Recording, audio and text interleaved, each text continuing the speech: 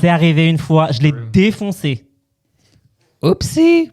Salut Fabio, Salut Tony. comment tu vas aujourd'hui ? Je vais très bien et toi ? Plutôt bien, ouais. La semaine dernière, on a fait un podcast sur le couple ouvert et de comment nous, on a ouvert notre couple et de quelques conseils qu'on a donnés. Ouais, et ça a suscité pas mal d'intérêt et pas mal de questions de la part des auditeurs. Et du coup, est-ce qu'on n'ouvrirait pas la boîte à cul ? Ouvrons la boîte à cul.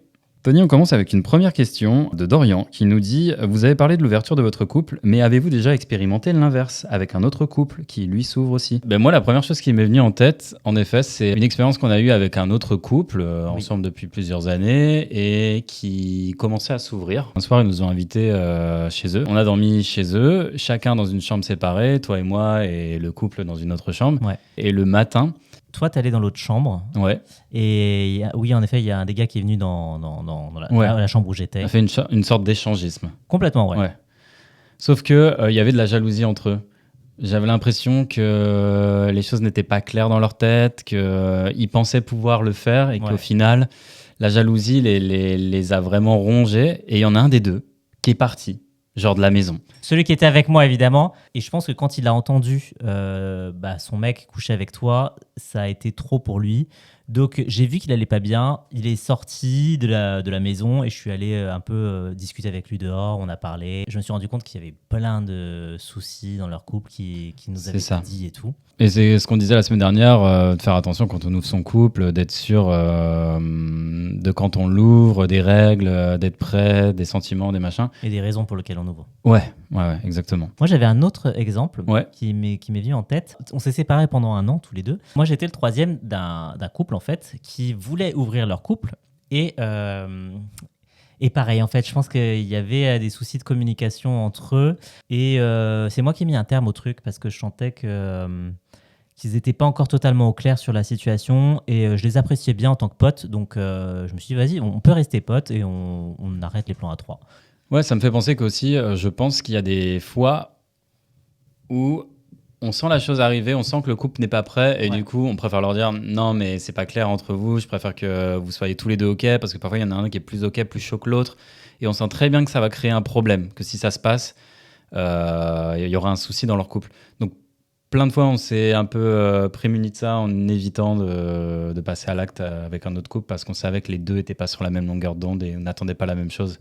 On le ressent un peu maintenant avec l'expérience. Alors, on va passer à une deuxième question, Tony, de Mamadi Kourouma, qui nous dit « Super épisode, mais est-ce que vous pensez que c'est une bonne idée pour un couple libre d'adopter un enfant ?»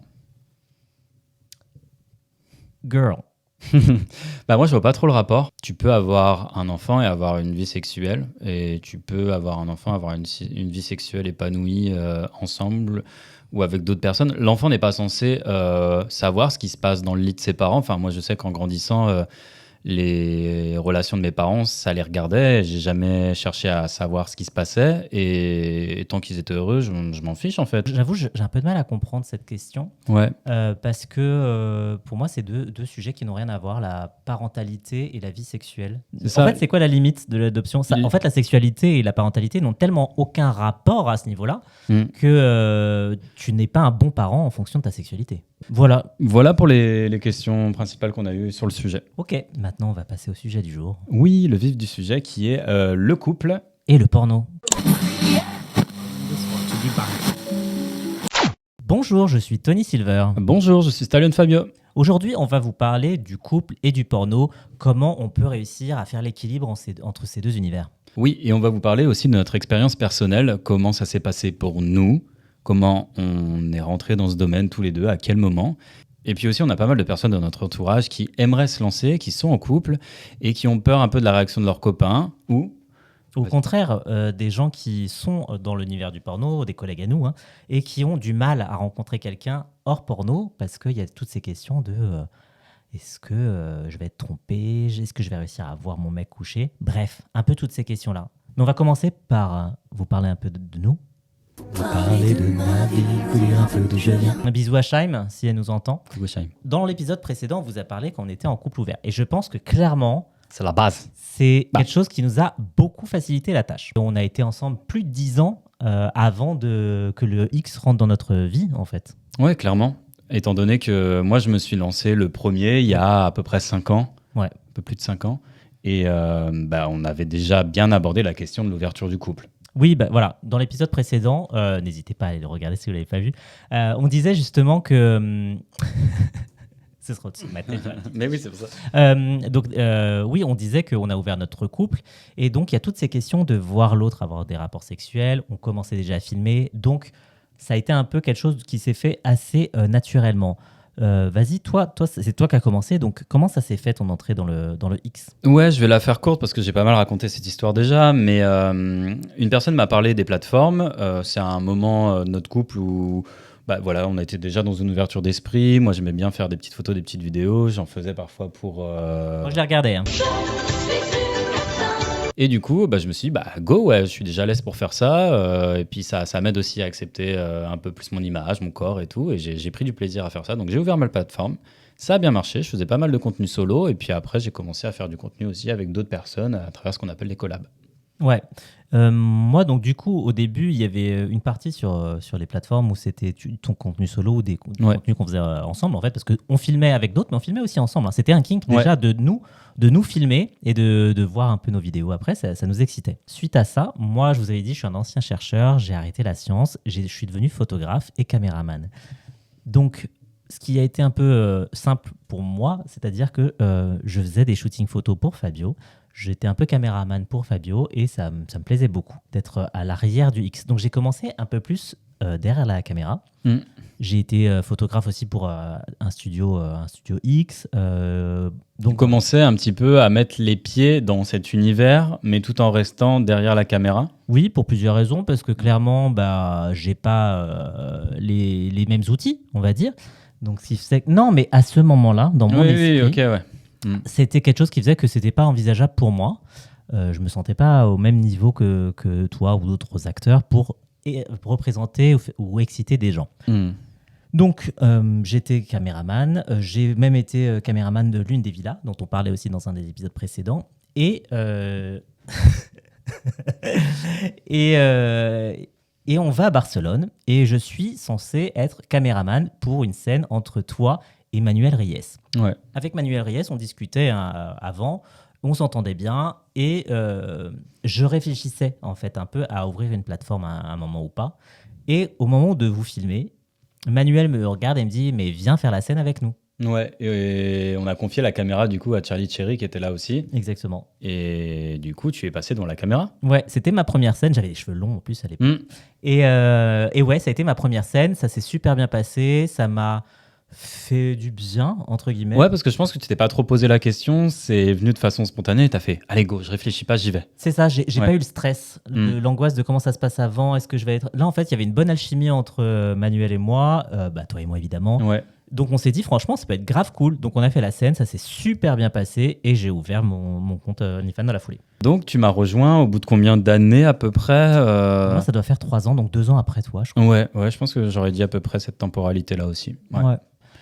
Et puis vient après, donc ça on vous parle des plateformes, mais vient le domaine du porno studio, on va dire un peu plus classique. Et là, comment ça se passe toi ton entrée dans le porno classique? De mon côté, ma première scène X, c'était avec Fuckermate, je crois, en Espagne. Et j'ai une équipe formidable aussi, un couple qui justement s'est lancé dans la production de films, donc qui était une production familiale, vraiment, ils étaient adorables.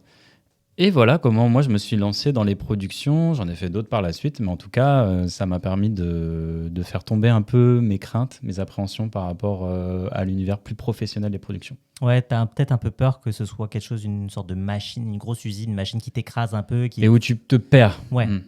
Tu perds ton image, tu perds ton identité et qui puisse un petit peu gérer ton image. T'as peur un petit peu de déléguer.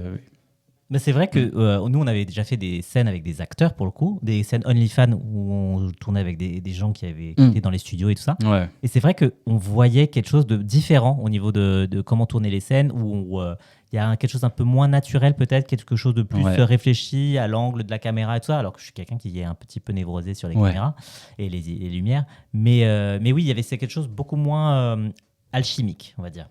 C'est vrai que ceux qui ont commencé par les productions, on sent tout de suite dans leur rapport à l'image et tout ça qu'ils ont une manière... ils apportent quelque chose de la production, la même manière de fonctionner. Ouais. Et il y a un côté un peu moins naturel et un peu plus mécanique, souvent.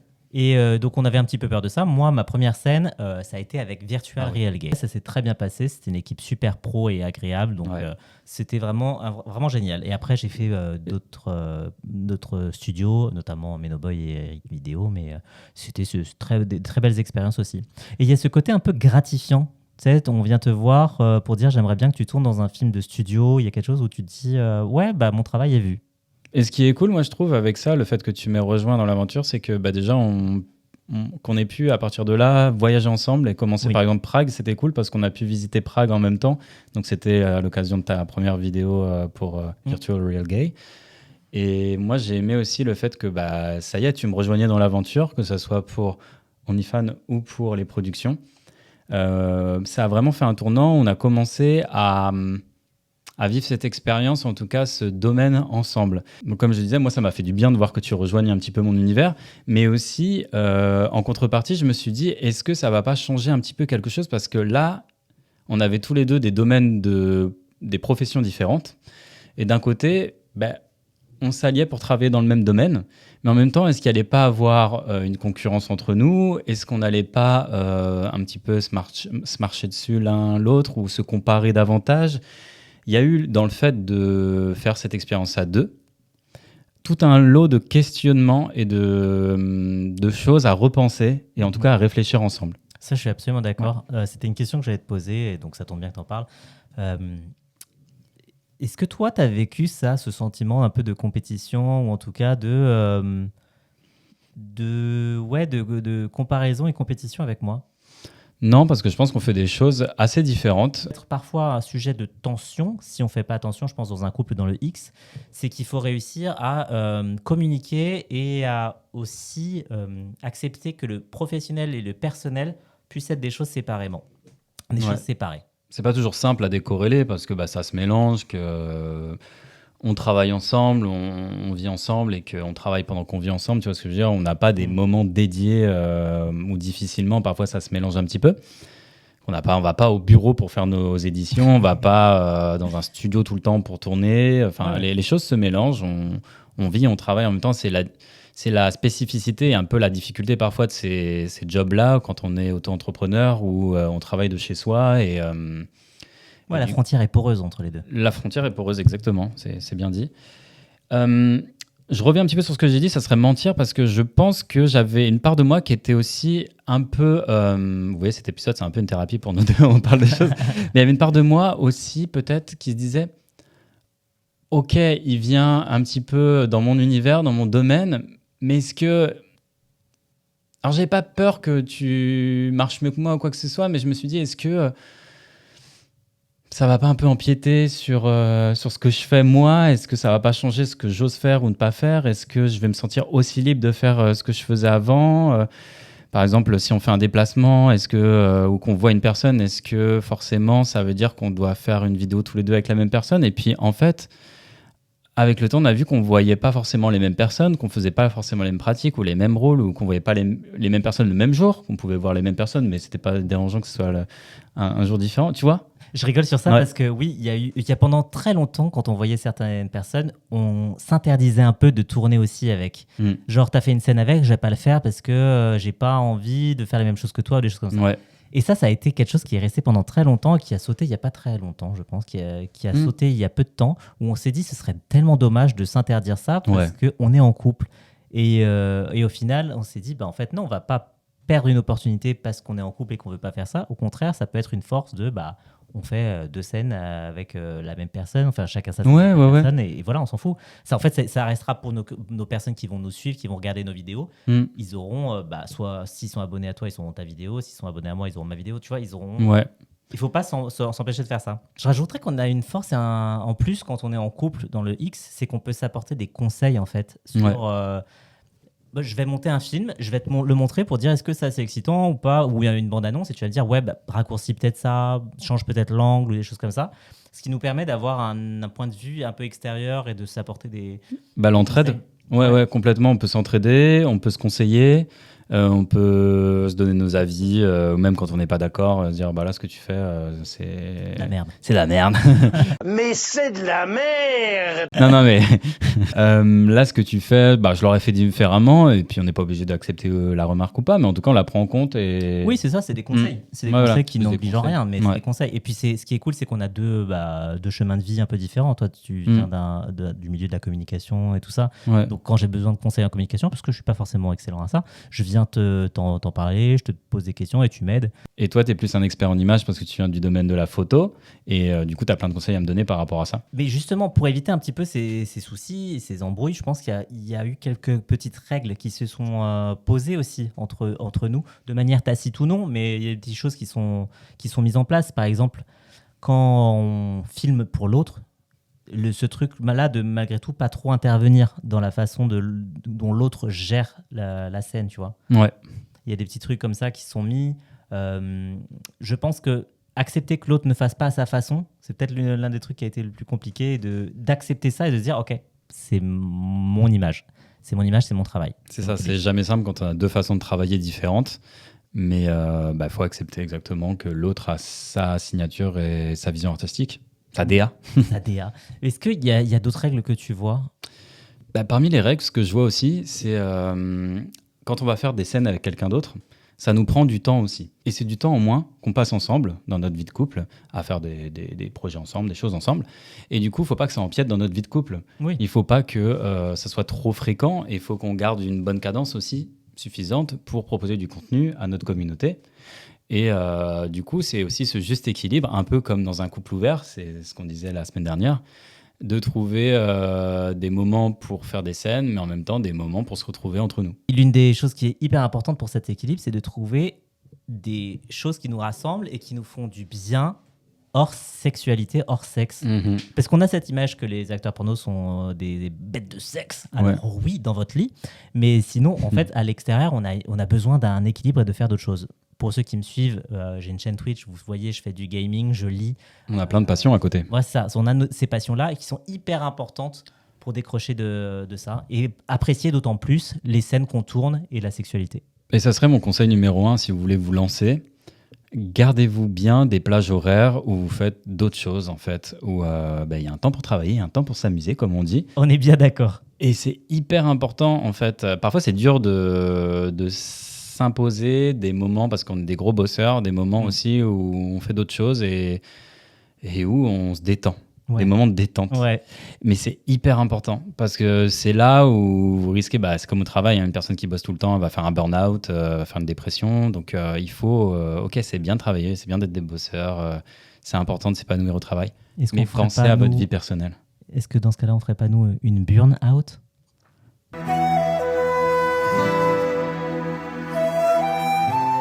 Autre règle particulière, moi j'en vois une très importante. Ne faites pas de tournage le jour de votre anniversaire de mariage. Oh merde. C'est arrivé une fois, je l'ai défoncé. Oupsie. J'étais programmé depuis longtemps et c'est vrai que moi je suis moins un cheval sur ces symboles-là, mais c'est vrai que toi Tony t'es très symbolique et ça t'avait marqué, ouais. J'étais dégoûté. Désolé. Que dire d'autre ? Je vois pas d'autres règles. Non, je vois pas d'autres règles. Il doit y en avoir certainement, mais un peu plus implicites. Ouais. Si, une petite règle que je vois quand même, Tony, c'est de penser à sa santé sexuelle. Et justement, parce qu'on a une vie de couple à côté, quand on fait une scène avec quelqu'un d'autre, on voudrait éviter de ramener une petite IST à la maison, parce que ça peut être pénalisant aussi dans les relations sexuelles au sein du couple. Donc, pensez à votre santé sexuelle, pensez à vous faire dépister et pensez à vous protéger bien comme il faut avec la PrEP ou le préservatif si vous ne prenez pas ou vous ne pouvez pas prendre la PrEP. On a parlé de ça et j'aimerais maintenant qu'on se mette à la place de quelqu'un qui est soit un acteur qui est déjà dans le porno et célibataire et qui va rencontrer quelqu'un, ou au contraire, tu commences à dater un mec et il s'avère que cette personne est acteur porno. Ça arrivait à pas mal de nos amis, de nos connaissances dans le milieu, où ils sont célibataires, ils rencontrent des mecs qui sont pas forcément du milieu.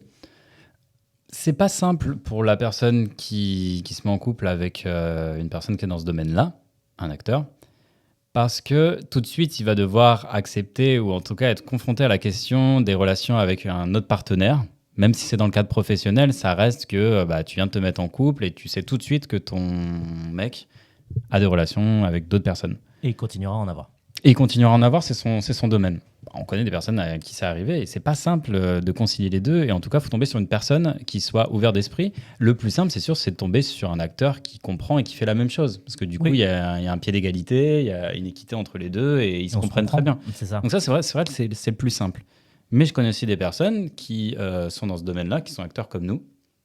Et leur copain ne le fait pas forcément. Ouais. Et ça, c'est vraiment quelque chose où je pense qu'il y a toute une discussion à faire. Ça peut refroidir et c'est normal en fait d'être refroidi par ça. Parce qu'il y a la possessivité, il y a la jalousie, il y a toutes ces choses-là qui existent, on ne va pas les nier. Mais je pense qu'il ne faut pas oublier que ça reste un travail en fait. Sex work is work et c'est un travail comme un autre, entre guillemets, où on a ces rapports sexuels. Mais ça n'empêche qu'on est complètement capable d'avoir une vie sexuelle à la maison, une intimité. C'est un peu une extension du couple libre, tu vois. C'est qu'on arrive à dissocier le sexe et les sentiments. Et ben, quand tu es acteur porno, la plupart du temps, franchement, tu arrives à dissocier les deux encore plus parce que le sexe, c'est quelque chose que tu aimes et sinon on ne ferait pas ce métier. Mais on est complètement compétent dans la dissociation entre le sexe caméra et ton intimité, le sexe que tu vas avoir avec ton partenaire. Je suis d'accord avec toi et je pense que pour les personnes qui voudraient se lancer dans ce domaine-là, qui sont pas encore en couple et qui ont peur que ça leur ferme des portes avec des opportunités avec certains garçons, ça va vous permettre aussi de faire le tri et tomber sur des personnes qui seront avec vous, qui l'accepteront et qui du coup auront la même ouverture d'esprit que vous à ce moment-là, parce que si vous voulez vous lancer et si vous ne pouvez pas le faire, vous aurez une certaine frustration. Alors que si vous vous lancez déjà et qu'ensuite vous rencontrez quelqu'un, ça va éliminer automatiquement les personnes qui ne sont pas prêtes à vivre ce genre de relation. Et les personnes qui viendront vers vous seront des personnes qui respectent votre travail, des personnes qui sauront certainement ou qui apprendront plus facilement à faire la part des choses entre relations extra-conjugales pour le travail et relations extra-conjugales pour le Plaisir. Pour le plaisir, même si parfois les deux se mélangent, Oui. enfin, heureusement.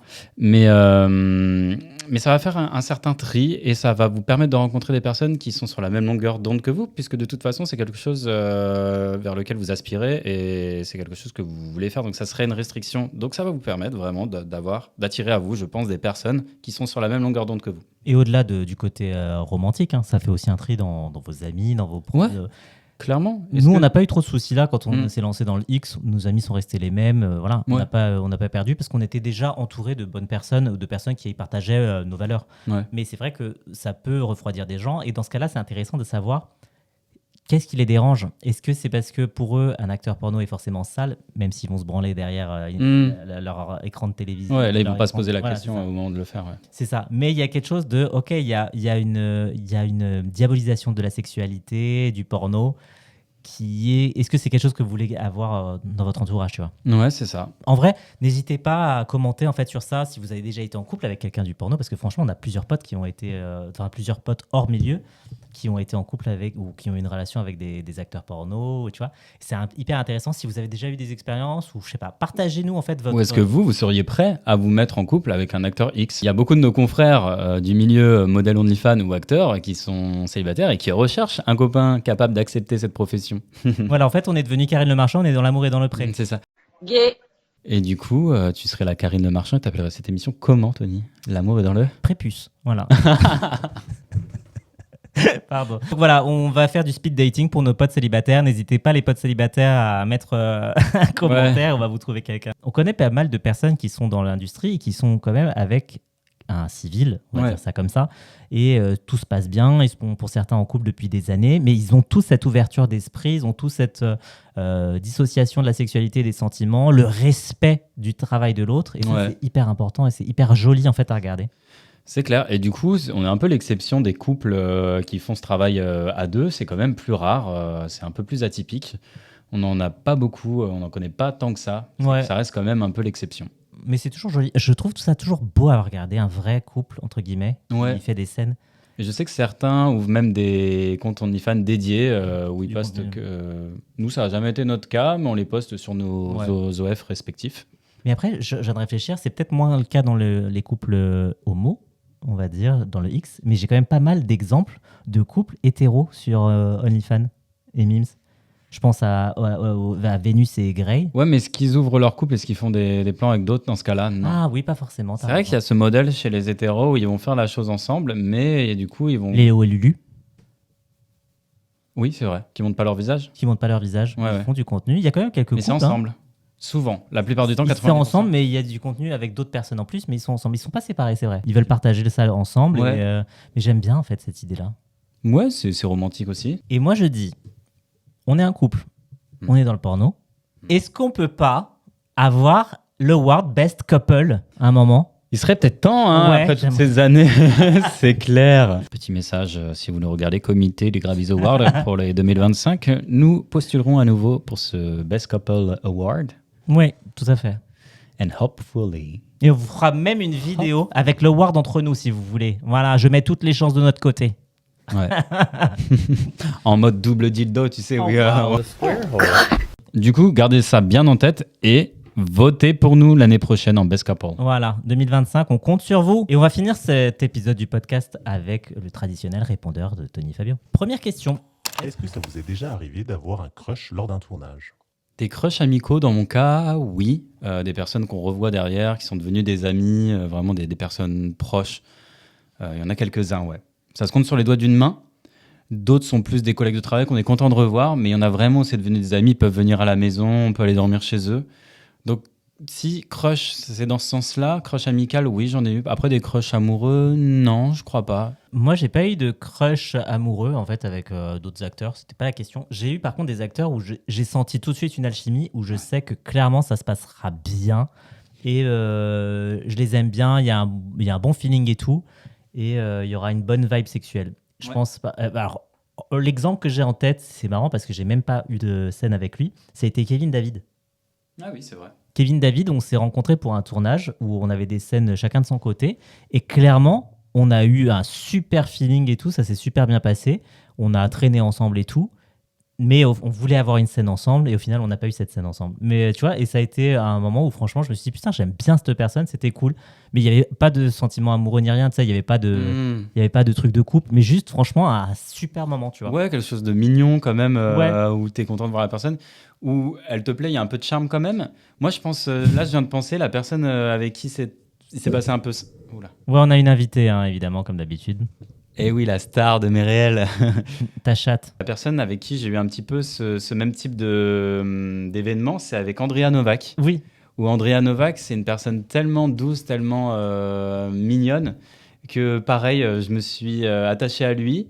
Donc c'est un ami, mais il y a toujours ce truc de un peu de douceur. C'est pas de la séduction parce que je cherche pas à me mettre en couple avec, tu vois, mais ouais, c'est mon petit crush du X. Tony, du coup, on va lancer une deuxième question d'un de nos auditeurs. On l'écoute, c'est parti. Y a-t-il déjà eu des vétos pour certaines collabs entre vous? De ton côté, oui. Je crois que tu m'as déjà mis des vétos. Ouais. Je crois pas, moi, t'en avoir mis. Tu m'en as pas mis, mais il y a eu des fois où... Peut-être ça m'a saoulé que tu vois une personne parce que je voulais passer un moment avec toi, donc c'était plus un veto en mode pas là, quoi. Viens, Ouais. tu l'as fait plus tard, la collab, et inversement, ça a dû m'arriver aussi. Mais pas pour une personne particulière. Je pense que les personnes que tu avais choisies, j'ai jamais eu de différent avec elles. Mais je pense que toi, ça arrivait que je fasse avec des personnes où tu me dises non. Ouais, en fait, une personne. C'est Ouais. arrivé à une personne où je t'ai mis un veto parce que cette personne devait tourner avec moi pour un studio et m'a planté. Ouais. Elle n'a pas été professionnelle, elle s'est jamais. C'est ça, c'est pointe. qu'elle n'est pas venue, elle n'a pas prévenu qu'elle venait pas. On l'a attendu avec le producteur et moi en vrai. Donc ce qui fait que comme j'ai pas fait la scène, bah, j'ai perdu de l'argent, tu vois. Et cette personne n'est jamais venue présenter ses excuses en disant voilà ou pourquoi t'es pas venu ou quoi que ce soit, tu vois. Ouais. Et cette personne t'a contacté en disant coucou, j'aimerais bien tourner avec toi et tout. Et je sais plus comment elle t'avait glissé ça, genre ouais. Elle s'est excusée auprès de moi en fait pour son manque de professionnalisme au lieu de venir te parler à toi. Elle osait pas, soi-disant. Ouais. Et ça, c'est quelque chose que j'apprécie pas du tout. C'est-à-dire que je suis très professionnel, mais justement, tu te fous pas de ma gueule. Ouais. Donc je comprends après que t'aies pas eu envie que je fasse une collab avec cette personne-là parce qu'elle t'avait pas respecté avant. Un grand merci pour vos messages vocaux. Continuez à poser des questions en commentaire de cette vidéo et on y répondra dans la boîte à cul de la prochaine émission. Donc n'oubliez pas, likez, partagez et commentez surtout avec vos questions, vos remarques sur le couple et le X. Avez-vous vous aussi voulu vous mettre en couple avec un acteur? Avez-vous peut-être voulu vous lancer dans cette carrière mais avez-vous eu peur que ça soit une entrave à votre vie de couple? Bref, n'hésitez pas à poser des questions, commenter, liker, partager et abonnez-vous à la chaîne. Faites parler de la chaîne s'il vous plaît, ça nous soutient et c'est toujours agréable. Merci pour votre soutien. Merci pour votre écoute et à bientôt pour le prochain épisode. Bye. Ciao.